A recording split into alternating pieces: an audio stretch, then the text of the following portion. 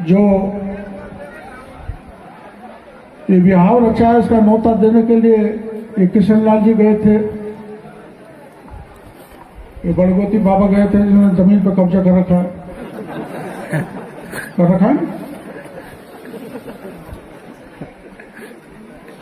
तो मैं बड़ा धन्यवाद देना चाहूंगा कि आपने मेरे को बुलाकर यह सब पगड़धारी पट्टनों का दर्शन करा दिए। तो ये आजकल जो बच्चे हैं ना,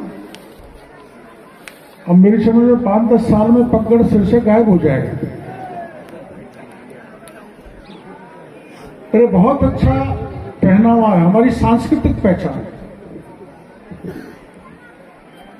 ये किसी न किसी तरह से बनी रहे। अब जैसे गोलमा है, वो एमएलए भी बनी, मंत्री भी बनी, पर मैं उसको मना कर दिया ना, घाघरा लुगड़ा पहन के रखो, साड़ी नहीं।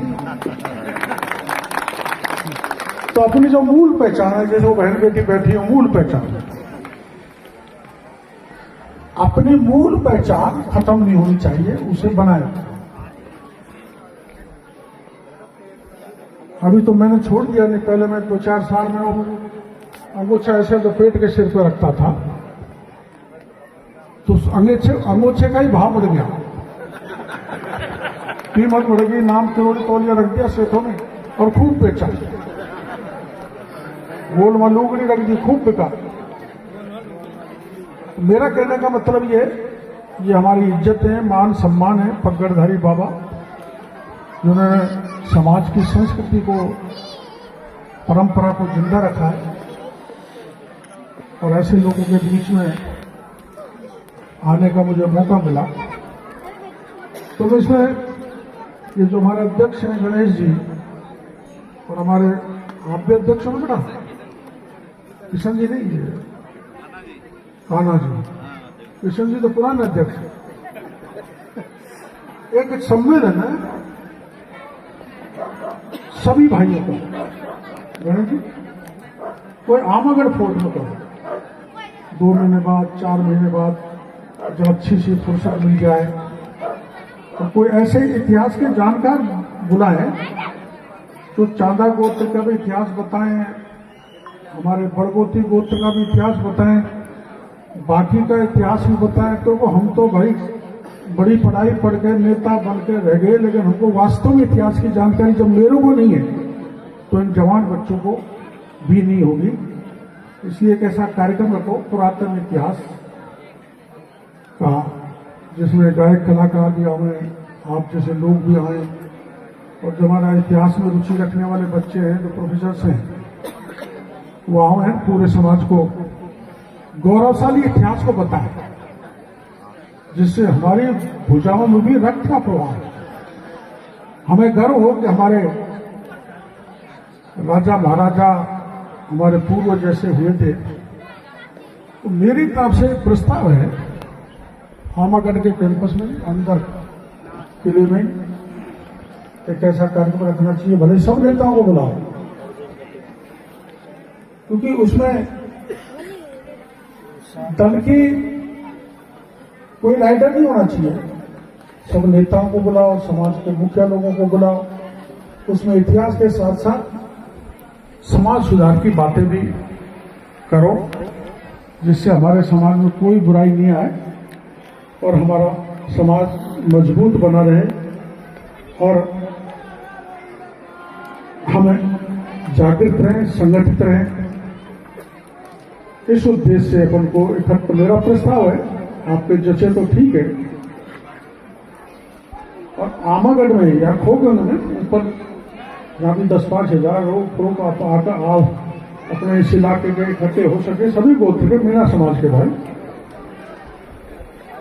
जैसे जमुआ रामगढ़ में शीर रागोत का राज रहा था, है ना, और आमरेड़ में सुसावतों का रहा था,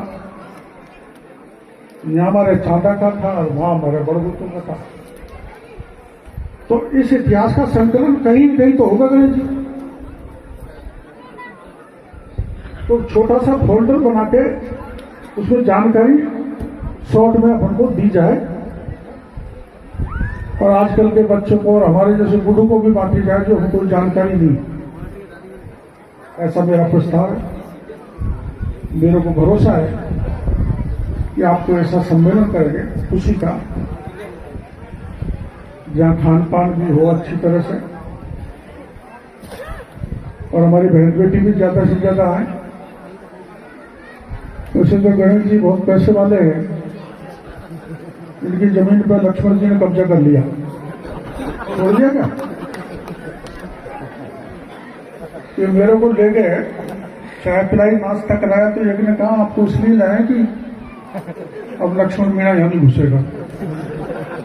मैंने कि लक्ष्मण मीणा नहीं घुसे तो नेता को भरोसा नहीं, क्या पता मैं ही घुस जाऊं। खान पान मिलना जुलना, और या तो नहीं तो मैं कर दूंगा व्यवस्था, मैं सरकार में कोई तो खाना खिलाई देगा, क्योंकि बिना खाने बिना संगठन भी मजबूत नहीं होता। पहले अपन गांव में हुक्का पीते थे ना, तो हुक्का हमको एक रखता था, चाहे गांव में कितनी पार्टियां हो, लेकिन जो बीच में आपके तो को कहते हैं, हमारा गाना कहते हैं, उसमें हुक्का घूमता रहता था, सब तरह के मनमुटाव हुक्का खत्म करता था। अब हुक्का भी खत्म हो गया, है ही नहीं, दिखता ही नहीं, बहुत कम है। अब ये नहीं पी रहे ना, सब खड़े सिगरेट वाले हैं। सिगरेट पीने वाला खुद ही अपनी सिगरेट पी के फेंक देगा, दूसरे को नहीं देता। हुक्का अपन को एक रखता है, संगठन रखता है, भाईचारा है। आजकल चाय जो है वो एकता का संदेश दे रही है। जिस किसी में भी गांव में चाय की थड़ी है, वहां बैठे बैठे लोग बातें करते हैं, तो वो चाय आ गई। इसलिए आप सब मिलके रहे, भाईचारे से रहे, संगठित रहें, मजबूत बने रहें, और समाज में कोई बुराई नहीं आने दें। समाज के बेटा बेटियों को अच्छी शिक्षा दें, पढ़कर वो होनहार बने, बड़े बने, और आपके उसमें भी कोई ऐसे विकार नहीं आए जिससे अपन आर्थिक दृष्टि से कमजोर हों। और पुनः मेरी सरकार आई है जब से, इस इलाके के लोग मेरे पास जाते नहीं, समझ में नहीं आ रहा क्या कोई नाराजगी है क्या? भाई पटेल, सरकार से नाराजगी हो सकती है, मेरे से तो नहीं है ना। इसलिए कभी भी किसी का कैसा भी काम पड़े, मैं आपके लिए तैयार रहा हूं, रहूंगा। इन्हीं शब्दों के साथ मैं आपका बहुत बहुत धन्यवाद। बहुत बहुत धन्यवाद डॉक्टर साहब। देखो डॉक्टर साहब